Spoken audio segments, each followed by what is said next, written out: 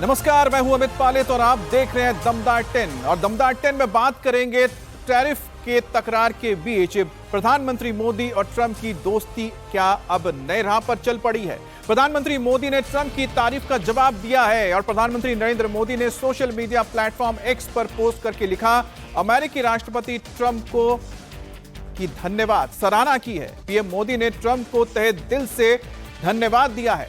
PM Modi ने लिखा है, deeply appreciate and fully reciprocate President Trump's sentiments and positive assessment of our ties. India and the US have a very positive and forward-looking, comprehensive and global strategic partnership.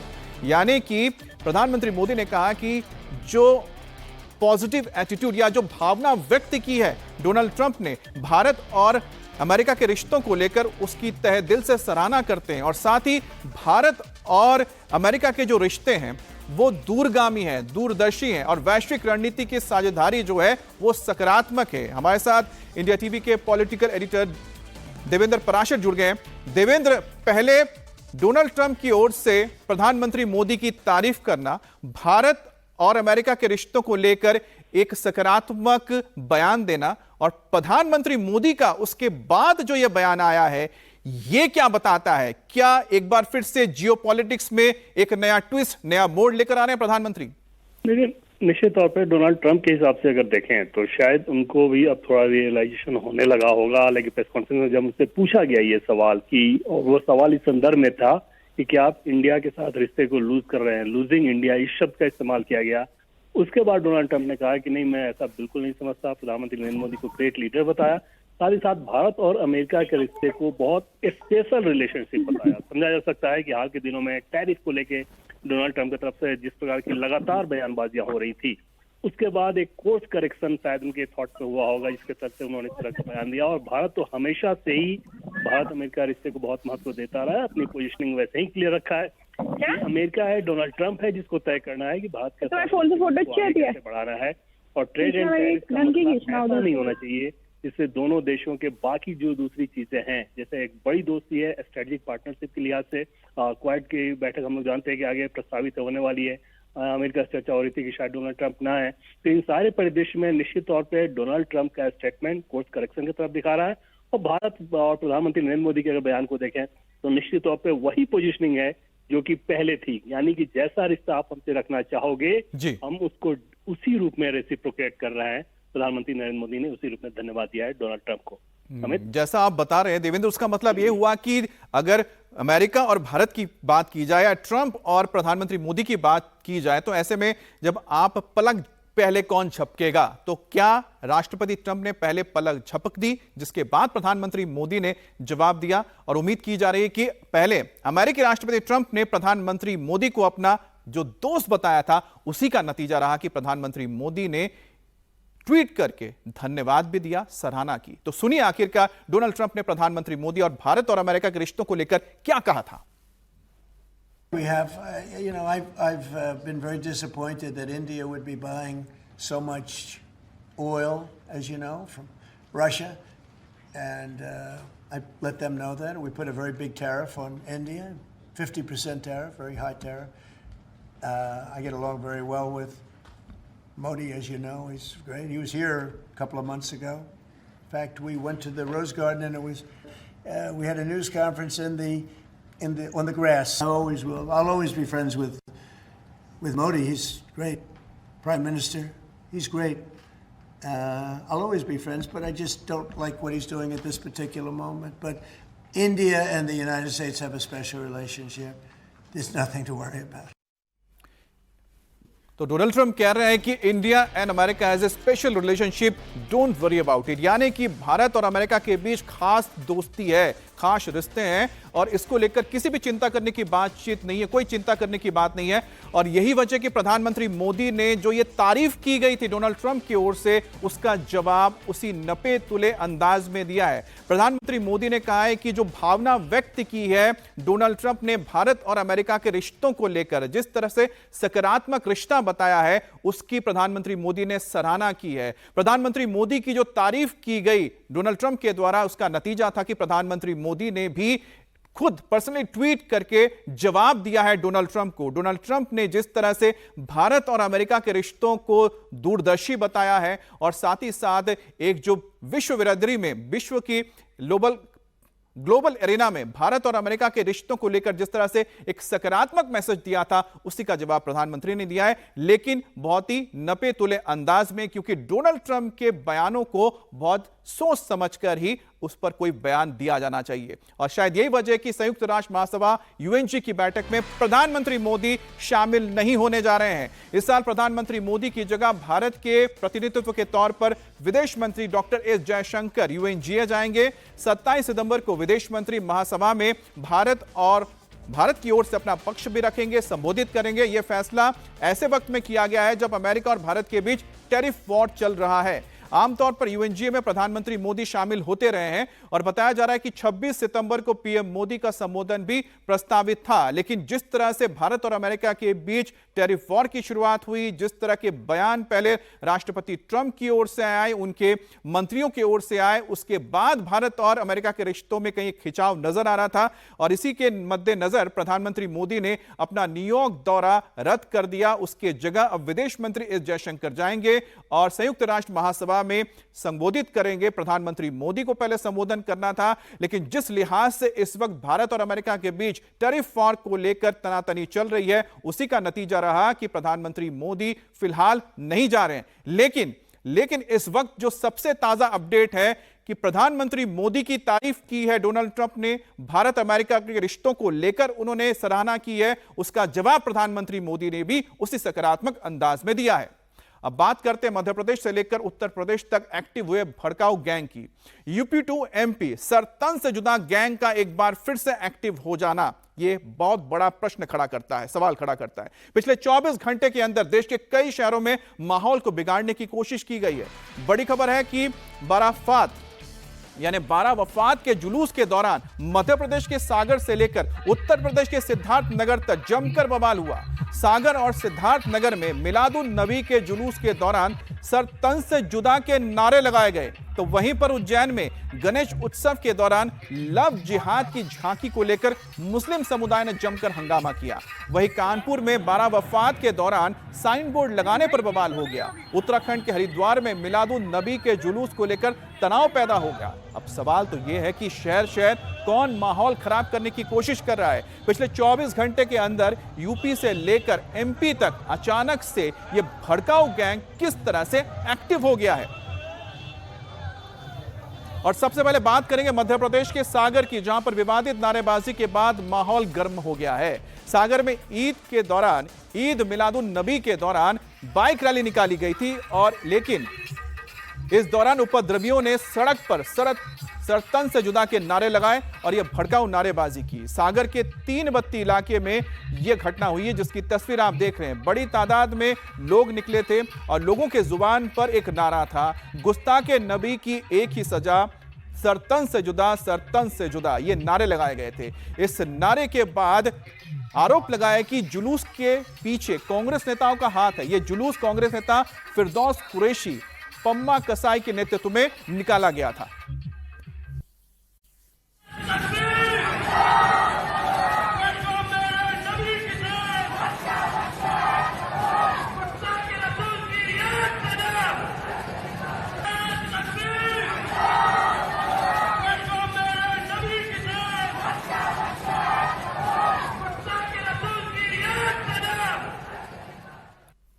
अब सागर में लगे sir तन से जुदा के नारों को लेकर हिंदुओं में भी भयंकर गुस्सा देखने को मिला। खासतौर पर हिंदू संगठन की तरफ से इसमें पुलिस में शिकायत की गई। हिंदू संगठनों का कहना है कि जुलूस निकालकर शहर का माहौल खराब करने की कोशिश की गई है। उपद्रवी कन्हैया लाल जैसा कोई कांड दोहराने की फिराक में ये लोग नजर आए।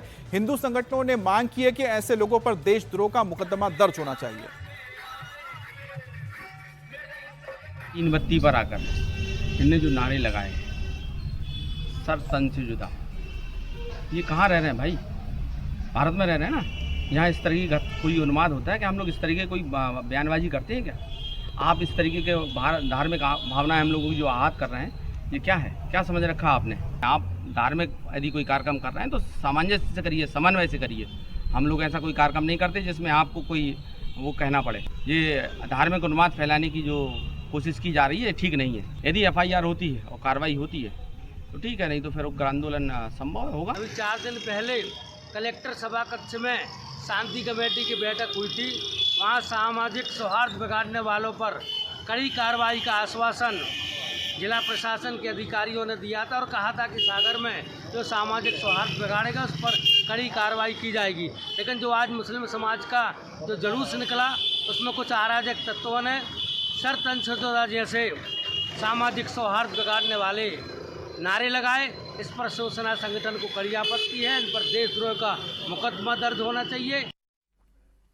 अब फिलहाल भड़काऊ नारेबाजी को लेकर सागर पुलिस तो एक्शन में है। मामले में FIR भी दर्ज करके आरोपियों की तलाश की जा रही है। सरकार के मंत्री विश्वास सारंग ने इंडिया टीवी से बात करते हुए कहा कि आरोपी कांग्रेस से ताल्लुक रखते हैं। FIR दर्ज हो चुकी है और आरोपी पर सख्त से सख्त कार्रवाई भी होगी। इस तरह का कोई भी मामला बर्दाश्त के बाहर है। तुरंत कार्रवाई हुई है, FIR हुई है और सबसे जो महत्वपूर्ण बात है वो तो कांग्रेस ही है जिन्होंने ये नारे लगाए। इस देश में और मध्य प्रदेश में इस तरह से देश को तोड़ने वाली बात बर्दाश्त नहीं की जाएगी। पर मुद्दा ये आता है कि हर इस तरह के देश की विघटन के पीछे जो लोग हैं, जो इस देश का माहौल बिगाड़ना चाहते हैं, उसके तार कांग्रेस से जुड़े रहते हैं। इंदौर का प्रकरण देखिए, कल सागर में 3 बत्ती पर जो हुआ जिसके आप जिक्र कर रहे हैं, उसमें ये एस्टेब्लिश हो गया कि वो कांग्रेसी हैं। FIR हुई है, सख्त कार्रवाई होगी और नजीर पेश होगी। कोई इस तरह की हरकतें आगे ना कर पाएगा। और इसी तरह की खबर उत्तर प्रदेश के सिद्धार्थनगर से भी आई। सिद्धार्थनगर में भी 12 वफात के जुलूस के दौरान भड़काऊ नारेबाजी की गई। मिलादुन नबी के जुलूस के दौरान जमकर सर तन से जुदा के नारे लगाए गए। अब पूरा मामला सिद्धार्थनगर के बड़नी कस्बे के तेतरी बाजार का है, जहां पर हर साल 12 वफात का जुलूस निकलता है। लेकिन इस बार जुलूस जब बड़नी बाजार की गलियों में घूम रहा था, तभी उसके साथ में चल रहे युवाओं ने सर तन से जुदा के नारे लगाने शुरू कर दिए।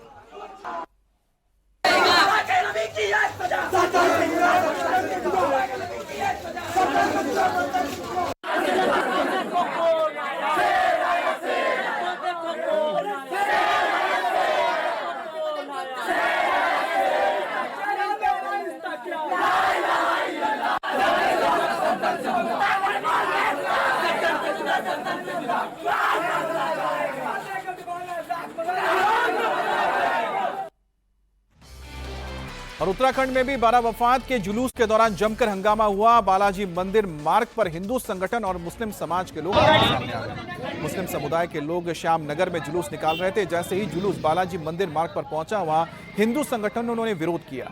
हालात बिगड़ते देख पुलिस भी मौके पर पहुंची और मामले को शांत कराया। इसी के बाद दोनों पक्षों के बीच विवाद भी शुरू हुआ। हिंदू रक्षा सेना के राष्ट्रीय अध्यक्ष स्वामी प्रबोधानंद गिरी महाराज ने आरोप लगाया है कि कुछ बाहरी शरारती तत्व जुलूस की आड़ में बालाजी मंदिर के माहौल को बिगाड़ने या मंदिर पर हमला करने की कोशिश कर रहे थे।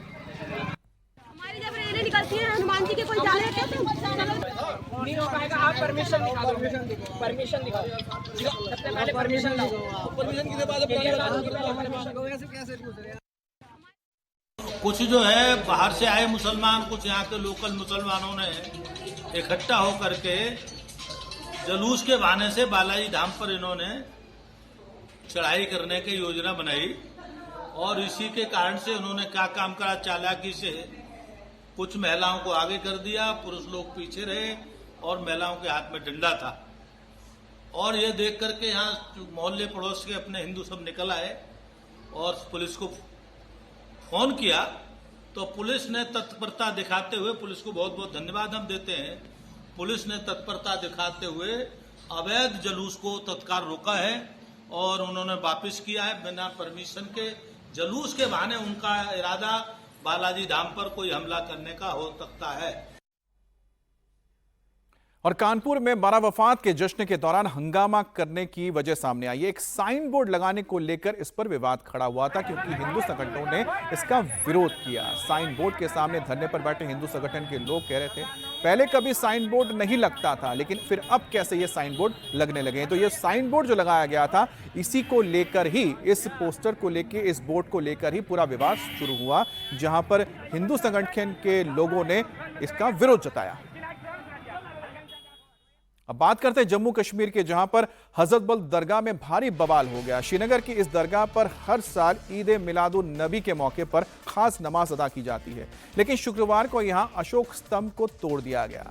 श्रीनगर के हजरत बल दरगाह पर भारी बवाल हुआ और दरगाह की शिलापट पर लगे अशोक स्तंभ के चिन्ह को तोड़ दिया गया, जिसकी तस्वीर सामने आई है, जहां देखिए लोग नारेबाजी कर रहे हैं और जहां पर अशोक स्तंभ है जो राष्ट्रीय चिन्ह है, इससे प्रतीक को तोड़ा गया है। अब भारी पुलिस फोर्स को तैनात करना पड़ा इस बवाल के बाद। इस मामले में पुलिस ने कुछ लोगों पर केस भी दर्ज किया है। वक्फ बोर्ड ने हाल ही में मस्जिद का रेनोवेशन करवाया था, जिसकी शिला पट्टिका पर अशोक स्तंभ का चिन्ह था, जो अमूमन हर जगह पे देखा जाता है। क्योंकि सरकार की ओर से करवाया जाता है, इस वजह से कुछ लोग अशोक स्तंभ का विरोध कर रहे थे। शुक्रवार को नमाज के बाद उपद्रवियों ने शिलापट पर बने उस अशोक स्तंभ के चिन्ह को ही तोड़ दिया। सारा फसाद शुक्रवार को ईद मिलादुन नबी के नमाज के दौरान हुआ है। मस्जिद का रेनोवेशन जम्मू कश्मीर वक्फ बोर्ड की तरफ से करवाया गया था। वक्फ बोर्ड की अध्यक्षा दरख्वशा अंद्राबी ने इसके लिए नेशनल कॉन्फ्रेंस को जिम्मेदार ठहराया है।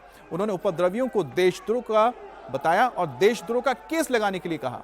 बवाल के बाद पूर्व सीएम फारूक अब्दुल्ला भी हजरत बल दरगाह पहुंचे। उन्होंने मगरिब की नमाज अदा की। फिलहाल मस्जिद में भारी सुरक्षा बल तैनात कर दिया गया है। यह सारा फसाद श्रीनगर की हजरत बल दरगाह पर हुआ, जहां उपद्रवियों ने अशोक स्तंभ को तोड़ दिया था। अशोक स्तंभ शिला पट्टिका पर लगा था। राष्ट्रीय प्रतीक को तोड़ने के बाद दरगाह में लोग भड़के। यह सारा बवाल शुक्रवार की नमाज के बाद हुआ। तो आप समझिए कि दरअसल हुआ यह था कि दरगाह का रिनोवेशन हुआ था, वक्फ बोर्ड ने इसे करवाया था, जो इसमें पैसा लगता है सरकार की ओर से गया है। इस वजह से शिला पट्टिका पर चिन्ह लगा हुआ था, जो अमूमन हर एक सरकारी कार्यक्रम में लगता है। उसी को लेकर इतना बड़ा बवाल हुआ। ईद मिलादुन नबी के मौके पर श्रीनगर के हजरत बल दरगाह में आज उस वक्त एक बड़ा हंगामा देखने को मिला, जब जुम्मा की नमाज के बाद एक व्यक्ति की नज़र यहाँ लगे नीम प्लेट पर पड़ी, जिस पर राष्ट्रीय चिन्ह का निशान था।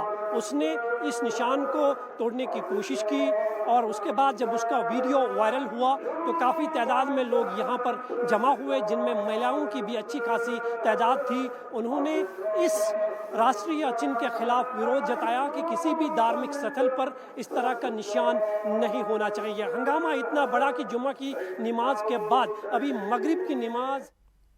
और दमदार 10 में बड़ी खबर दिल्ली से आ रही है। दिल्ली में लाल किले परिसर से 1 करोड़ कीमत का एक कलश चोरी हो गया है। कलश 760 ग्राम सोने का बना हुआ था, जिसमें करीब 150 ग्राम के हीरे और मानिक के पन्ना जड़े हुए थे। दरअसल लाल किला परिसर में जैन धर्म का एक धार्मिक अनुष्ठान चल रहा है, जिसमें ये कलश रखा गया था। आरोपी की कलश को ले जाते तस्वीर भी सामने आ गई है। सीसीटीवी फुटेज के जरिए आप देख सकते हैं किस तरह से इस कलश की चोरी की जा रही है और पुलिस को उम्मीद है कि जल्द ये शख्स गिरफ्तार हो जाएगा। ये तस्वीर आप देख रहे हैं जहां से इस कलश को लेकर ये आरोपी मौके से फरार हुआ है। तो दिल्ली के लाल किला के परिसर में जैन धर्म से जुड़े लोगों का एक समागम चल रहा था और उसी जैन समागम में ये बेशकीमती कलश रखा गया था, सोने का कलश था। हमारे साथ कुमार सोनू भी जुड़ गए। कुमार सोनू, जो तस्वीर आप देख पा रहे होंगे, हमने भी इस तस्वीर को देखा है कि यहां पर एक शख्स नजर आ रहा है। इसके बारे में कोई जानकारी मिल पाई है? कौन शख्स था? लोग इसको क्या पहचान पाए हैं? देखिए, ये दरअसल जो ये पूरा कार्यक्रम चल रहा था, जैन समाज का अनुष्ठान चल रहा था, उसमें कलश के पास सिर्फ 2 ही तरह के लोगों को जाने की इजाजत थी। या तो जिनके पास अनुमति है उन्हें, या फिर जो लोग धोती कुर्ते में हैं, क्योंकि ये एक धार्मिक परिधान है जैन समाज का, तो उसमें। और आप अब सीसीटीवी में देखें कि दरअसल ये पूरा कलश जो है एक थैले में रखा था और उसके बाद ये शख्स जो है थैला उठाता है और उसके बाद वहां से चुपके से रफू चक्कर हो जाता है। फिलहाल सूत्रों के मुताबिक जो है दिल्ली पुलिस के, कि जो आरोपी है उसकी पहचान कर ली गई है। पुलिस उसकी तलाश में जगह जगह छापेमारी कर रही है। फिलहाल जो कलश है उसको लेकर एक एफआईआर भी जो है दिल्ली पुलिस ने दर्ज की है। हालांकि ये जो सुधीर जैन जिनका ये कलश है, उन्होंने ये एफआईआर दर्ज की है और अब पुलिस जो है आरोपी की तलाश में लगी हुई है। इसका सीसीटीवी सामने आया है, जिसमें 2-3 तरह के अलग अलग एंगल के सीसीटीवी आए हैं, जिसमें ये शख्स जो है काले बैग में रखा जो कलश है उसको लेकर जो कार्यक्रम चल रहा था जहां पर, वहां से लेकर जाता हुआ साफ दिखाई दे रहा है। तकरीबन 1 करोड़ रुपए से ज्यादा की कीमत का एक कलश है, जिसका वेट जो है सोने का तकरीबन 760 ग्राम यानी 750 ग्राम से ज्यादा है। और 150 ग्राम के करीब के इसमें हीरे और माणिक और पन्ने लगे हुए हैं। तो इसकी कीमत करोड़ों रुपए में बताई जा रही है और ये 9 सितंबर तक का कार्यक्रम था। और जब लोकसभा अध्यक्ष ओम बिरला वहां पर पहुंचे थे तो उस दौरान तमाम लोग जो हैं उनके स्वागत में वहां पर बिजी हो गए। तो तस्वीरें जो हम देख पा रहे हैं इसमें साफ है कि किस तरह से चोरी की जा रही है। जिस काले बैग में कलश रखा था उसको उठाकर लाया जा रहा है और साथ ही साथ जो शख्स है उसके चेहरे को भी आप साफ देख सकते हैं सीसीटीवी के जरिए जो कैद हुई है। अब आगे पुलिस कार्रवाई करेंगे। बहरहाल अब दिल्ली में यमुना का जो रौद्र रूप है वो लगातार मुसीबत बना हुआ है दिल्ली वालों के लिए, खासतौर पे जो बहुत ही किनारे पर रहते हैं यमुना नदी के। दिल्ली में यमुना नदी लगातार 5वें दिन भी खतरे के निशान के ऊपर बह रही है और आज भी दिल्ली संकट से दूर नहीं है। वाटर लेवल डेंजर लेवल से करीब 1.3 मीटर ऊपर ही रिकॉर्ड किया गया है। यमुना नदी अभी 206.65 मीटर पर है और कल से पानी थोड़ा भले ही कम हुआ हो लेकिन अभी भी उफान पर है और जो खतरा बरकरार है। अब तस्वीरों में आप देख सकते हैं कि दिल्ली के अलग अलग इलाकों में पानी अभी भी भरा हुआ है। खास तौर पे जो भी इलाके यमुना नदी के किनारे बसे हुए हैं यहां पर पानी अभी भी मौजूद है और यहां से लोगों को शिफ्ट किया जा चुका है। लेकिन अगर इसी तरह से लगातार बारिश होती रही और पानी बढ़ता रहा आगे चल के तो फिर ये हालात बदतर से बदतर हो सकते हैं। हमारे साथ अनामिका जुड़ गई हैं। अनामिका, आपके पास क्या जानकारी आ रही है? फिलहाल क्या थोड़ी बहुत राहत मिली है या फिर वैसे ही हालात? और आपके पीछे जरा दिखाइएगा कि किस तरह का माहौल नजर आ रहा है इस वक्त। जी अमित, इस समय हम दिल्ली के आखिरी गांव सोनिया विहार और बदरपुर खादर आप पहुंचे और आप यहां पे तस्वीरों में देखिए कि पूरा का पूरा गांव इस समय आपको पानी में डूबा हुआ नजर आएगा। एक मंजिला जो इमारत थी वो इस समय पूरे पानी में डूबी हुई है। तो इससे अंदाजा लगाया जा सकता है कि इन इलाकों में कितना बाढ़ से नुकसान हुआ है। हालांकि पानी कम हुआ है, 2 फुट पानी इस इलाके में भी कम हुआ है, लेकिन अभी भी लगभग 12 फुट के करीब पानी यहाँ पे जमा है। यमुना लगातार खतरे के निशान से ऊपर बह रही है। जो यहाँ लोग रह रहे थे वो अभी भी अपने घरों के पास वापस नहीं पहुंच पा रहे हैं। लगभग 4 से 5 दिन लग सकते हैं अमित इस इलाके से पानी को निकलने के लिए। ये यमुना से सटे हुए गांव हैं, कुछ गांव अनऑथराइज्ड है। हालांकि ड्राइव दिल्ली में लगातार चलाई गई लेकिन फिर भी लोग यमुना किनारे रहते हैं और जब यमुना में बाढ़ आती है तो सबसे ज्यादा यही इलाके प्रभावित होते हैं। लगभग यहाँ पे आपको 100 से 150 घर अमित नजर आ रहे होंगे। लोगों ने अपने घरों पे अपना कीमती सामान शिफ्ट किया है। सोफे, टीवी, फ्रिज, जो इलेक्ट्रॉनिक्स आइटम थे उन्हें छत पे शिफ्ट किया गया लगातार, लेकिन बारिश जो हो रही है उससे वो सामान खराब हो रहा है। ये स्थिति दिल्ली के सोनिया विहार, उस्मानपुर, लगभग जो दिल्ली का 20 किलोमीटर का पैच है वहां पे इसी तरीके की स्थिति अमित अभी भी बनी हुई है। जी अनामिका, जो तस्वीरें आप दिखा रही थी कि किस तरह से जो डूब क्षेत्र है दिल्ली में और साथ ही साथ यमुना नदी के किनारे वो सबसे ज्यादा प्रभावित हुए हैं, लेकिन वाटर लेवल अभी भी खतरे के निशान के ऊपर बना हुआ है।